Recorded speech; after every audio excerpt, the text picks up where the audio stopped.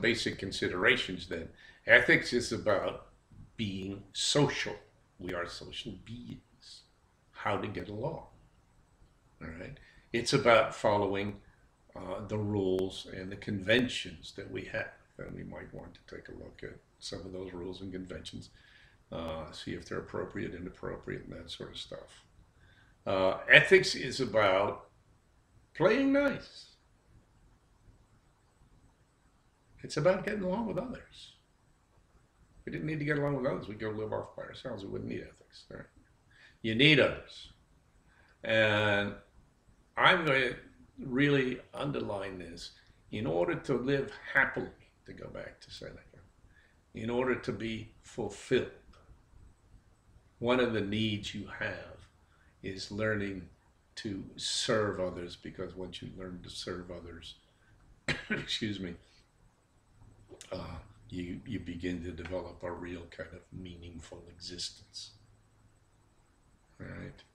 And lots of stuff in the world about meaningful existence. But we'll take a look at some of those things.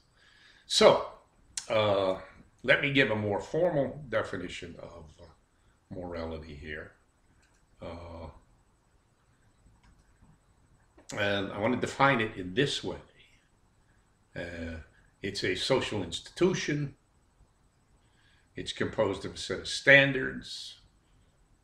And those standards are standards of practices. And they define right or wrong. Now, basically, they define right or wrong for the following purpose. And this is not mine. This is Stanley Cavell's, okay? But they define, he's a Harvard philosopher, but they define right and wrong for the purpose of rationally adjudicating disputes, right? While allowing relationships to endure and helping society flourish. Now that's a mouthful, but let me talk about it for a minute, okay? Rationally adjudicating disputes. What the heck does that mean? I got a favorite scene. I don't know how many of you know Indiana Jones in the first movie, but one of my favorite scenes is when he's in the marketplace and there's one of his opponents with the sword, and the guy is waving his sword around, and Indiana Jones is at the other end of the square, and they have a beef. And what's the beef? Well, the girl is in the basket in the middle of the square, and they have a dispute as to who's the girl belongs to. I know women shouldn't belong to men and that sort of stuff, but it's a dispute over who gets the girl. Okay, and think about that. There's a whole lot of stuff about who should get what. In our contemporary society. So there you are in Indiana Jones. And you remember the scene? And the guy is waving his sword like crazy. And there's Indiana. He looks at him. He's got his whip. He looks at the whip and he realizes that's not going to be too efficient against the sword. And he realizes he's got a gun on his hip. So he kind of throws the whip down, pulls out the gun, and blows the guy away. Now, what we can say about that is dispute adjudicated. The dispute is all over, right? The only problem is it doesn't allow the relationship to endure. And if that's the way you adjudicate disputes all the time, societies are not going to flourish. That's adjudicating disputes through war or murder or use of power, and lording it over another, setting up master-slaves relationships. That's not morality. That's might makes right. Remember that phrase? Have you ever heard that phrase? Might makes right. That's the antithesis of ethics. What I'm going to try to help you see, and when you do the readings, I hope you see this. Ethics, right, wants to rationally adjudicate the disputes. We're going to try to use our reason and our reasoning powers.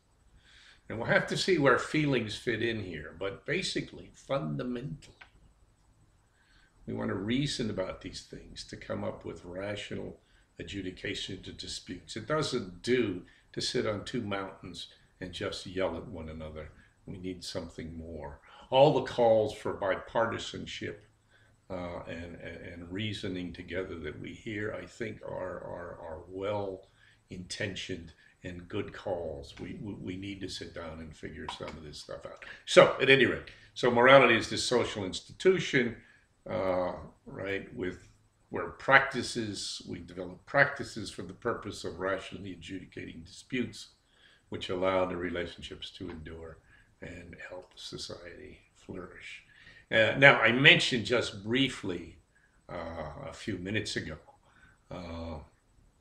that there are, perhaps you have several ethics, and I think you need to keep that in mind. There are cultures and cultures and cultures. I get a little annoyed when people keep talking about the culture of a company. You know as well as I well know, if you ever worked in a company, there are numerous cultures.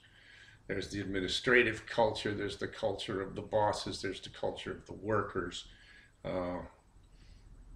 there's the administrative assistants culture, right? There's the, in academia, there's the professors culture, there's the adjuncts culture, there's the dean's culture, there's cultures all over the place. All right. And that raises, and then you've got different national cultures and that sort of stuff, and people do things differently. So that raises the question, how many moralities are there? And if there are how many moralities, how many different sets of laws are there?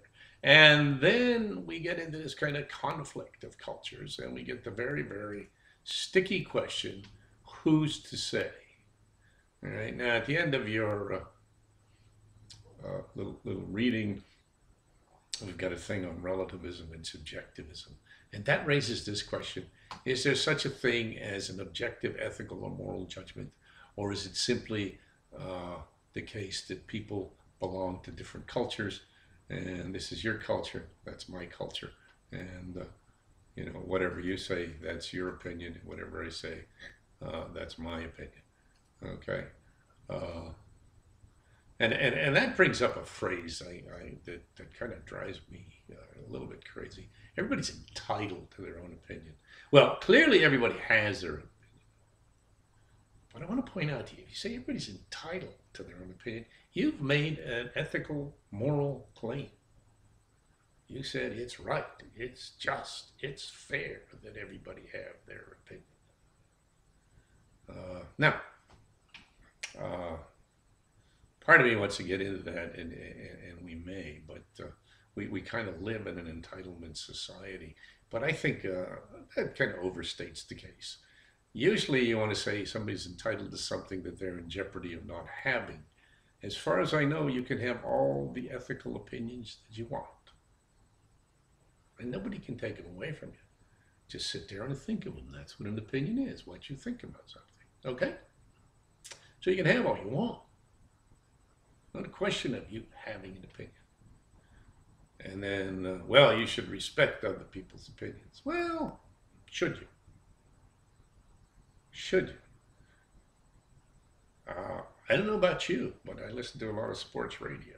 And after about 10 minutes, there's some people on there, I think, wow, they don't know what they're talking about. And so people come and say, well, don't you respect my opinion? And I think, well, I respect you, but your opinion? It depends. So it's a matter of opinion. You're entitled to your opinion. We're getting into fuzzy grounds here. What we want to say, and you know this as well as I, there's informed opinion and uninformed opinion. There are people who just don't know what they're talking about. And if you know something, and we'll talk about the difference between knowledge and opinion in the course of the course, all right? But if you know something and you run into somebody who doesn't know it, yeah, there was a really interesting word that's kind of become possibly politically incorrect, and that's the word ignorance. Trying to say to somebody you're ignorant. What does it mean? It comes from the Greek gnosis, which means knowledge, and it says you don't have the knowledge. You just don't. You don't know.